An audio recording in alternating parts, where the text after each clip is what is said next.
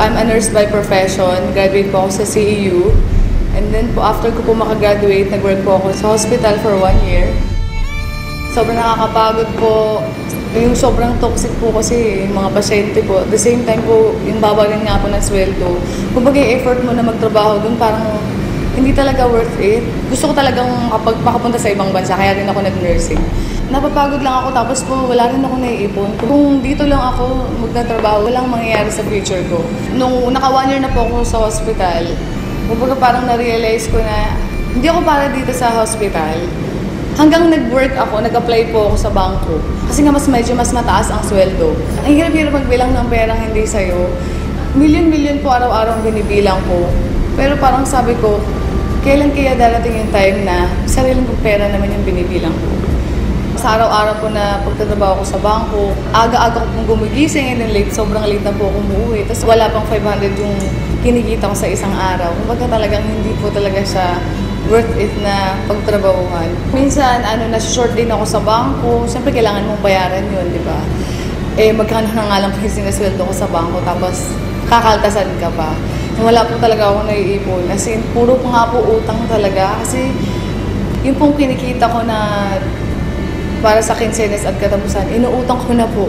Kaya po pag halimbawa sweldo na po, dumadaan lang sa palad ko at kailangan ko nang bayaran yung mga dapat ko pong bayaran. Naisip ko, paano na yung future ko? Kapag kung ganito lang ng ganito. Etong negosyo na to, pinagdasal ko kasi talaga siya. Nung after ko pong magdasal, actually mga ilang days lang namit ko po si Upline Jong Jorge, na isa rin po sa mga Millionaires Club ng Royal. Kumbaga po, sobrang blessing na ma-share sa akin yung opportunity. And-explain niya sa akin yung negosyo. Ang ganda pala talaga ng Royal.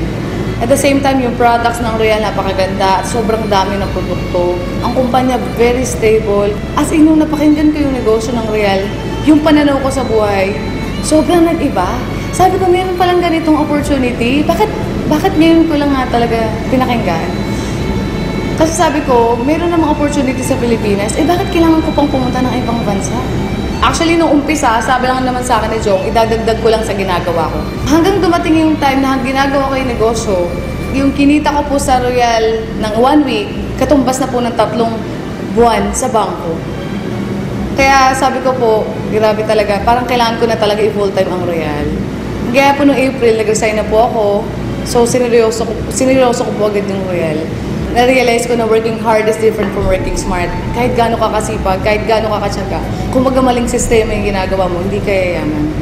Pero po, grabe po, yung sipag mo, yung tiyaga mo, ilipat mo sa Royal, tamang sistema, panigurado yayaman ka. Mas nakakaipon na ako ngayon, and like dati kasi talagang puro utang. Ngayon yung mga utang ko, nabayaran ko na. Ngayon sila na yung utang sa akin, gano'n. Noon, gumigising ako ng sobrang aga kasi may pasok ako eh. Ngayon, nung nag-Royal ako, gumigising lang ako kapag tapos na ako matulog.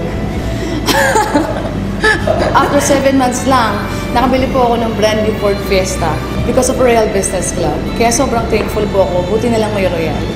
Lahat po naging negative sa akin, sobrang naging positive po sila. Yung pera na dati sa bangko, sobrang pagod ako magbilang ng perang hindi akin.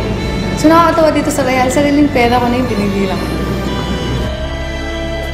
Doon ko nakita na yung magulang ko po sobrang proud sa akin. Kumbaga kahit hindi ako nakapag-ibang bansa, kayang-kaya kong tuparin yung mga pangarap ko kahit dito lang sa Pilipinas. Kasi may Royal Business Club.